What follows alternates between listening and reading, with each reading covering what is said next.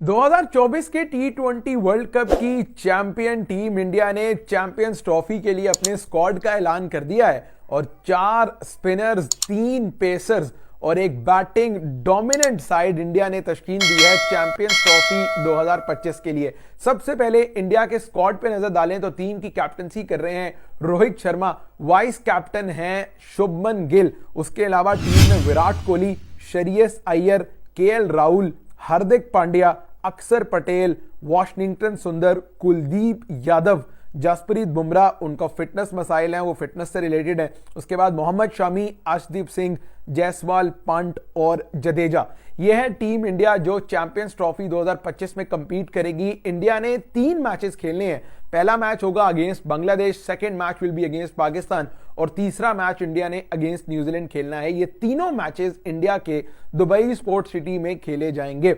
अब इंडिया के स्क्वाड पे अगर एक दफा नजर डालें तो बैटिंग इंडिया की हमेशा से बहुत डोमिनेंट रही है, यानी टॉप ऑफ द ऑर्डर आपके पास रोहित शर्मा, उनके साथ ओपनिंग करेंगे शुभमन गिल, नंबर 3 पे मोस्ट प्रॉब्ली श्रेयस अय्यर खेलेंगे या विराट कोहली खेलेंगे, 4 पे फिर अगर अय्यर या कोहली में से कोई एक आएगा, फिर केएल राहुल, नीचे से हार्दिक पांड्या। तो ये इंडिया का टॉप ऑर्डर होगा बैटिंग में। अगर आप 50 ओवर के चैंपियंस ट्रॉफी की बात करें, आपको फ्लेयर भी दिखाई देगा in terms of Rohit Sharma, आपको फ्लैम्बॉयंस भी दिखाई देगा in terms of Shubman Gill, team के वाइस कैप्टन भी हैं, ओडीआई में डबल सेंचुरीज कर चुके हैं, 50 ओवर वर्ल्ड कप में बड़ी जबरदस्त बैटिंग फॉर्म में थे। तो एक बैटिंग हैवी साइड इंडिया की दिखाई दे रही है, जहां उनके पास नीचे से तेज खेलने वाले हार्दिक पांड्या भी हैं। फिर ओवरऑल इंडिया के ऑलराउंडर्स की बात करें तो ये टीम है पैक्ड ऑलराउंडर्स के साथ, जिसमें हार्दिक पांड्या, रविंद्र जडेजा, वॉशिंगटन सुंदर और अक्षर पटेल, ये 4 ऑलराउंडर्स हैं टीम इंडिया के पास। अक्षर भी बैटिंग कर लेते हैं, वॉशिंगटन सुंदर अच्छा खेल लेते हैं, जडेजा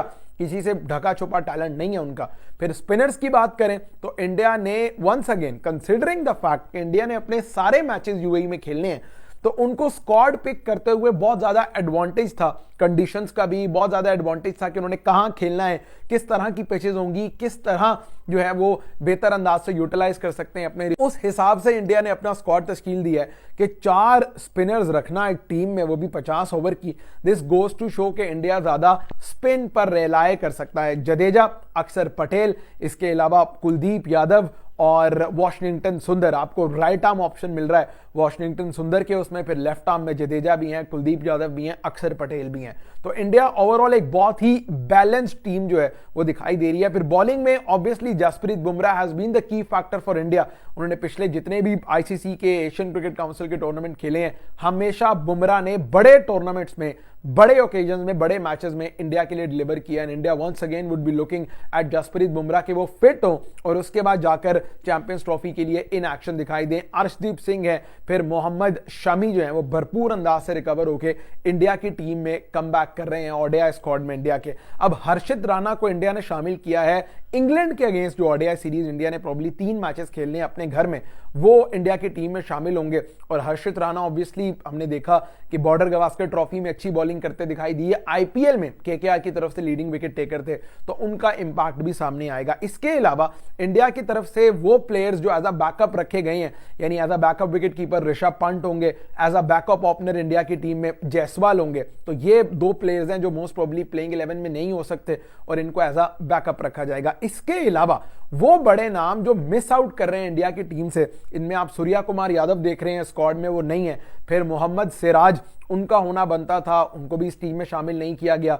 संजू सैमसन, बड़ी जबरदस्त उन्होंने व्हाइट बॉल में फॉर्म दिखाई है साउथ अफ्रीका के अगेंस्ट सीरीज में, अगरचे वो T20 सीरीज थी, बांग्लादेश के अगेंस्ट बड़ा जबरदस्त परफॉर्म किया, लेकिन उन्हें भी इंडिया ने अपने इस स्क्वाड में नहीं रखा फॉर द चैंपियंस ट्रॉफी 2025। 2017 की चैंपियंस ट्रॉफी में इंडिया वाज द फाइनलिस्ट, उन्होंने पाकिस्तान के अगेंस्ट ओवल में फाइनल खेला था, पाकिस्तान के हाथों इंडिया को शिकस्त हुई थी। लेकिन अगर आप इंडिया का ये स्क्वाड देखें तो आई पर्सनली बिलीव के कम से कम फाइनल जो है वो इंडिया खेलती दिखाई दे रही है। अगर कोई एक बुरा दिन ना आया सेमीफाइनल में तो India might make it to the final आसानी से, क्योंकि टीम बहुत सॉलिड है। हर किस्म का आपको बॉक्स जो है वो इस टीम में टिक दिखाई दे रहा है। अगर कोई इंजरी भी हो जाती है तो बैकअप में आपके पास इतने बड़े प्लेयर्स और इतने बड़े नाम मौजूद हैं कि आप इजीली वो स्लॉट जो है वो फिल इन कर सकते हैं। तो I would say 9.5 out of 10 India की ये जो टीम है ये आसानी से चैंपियंस ट्रॉफी 2025 का फाइनल खेलती दिखाई देगी। एक एडवांटेज जो इंडिया के साथ है है, मैंने वीडियो में आपको पहले भी कहा है,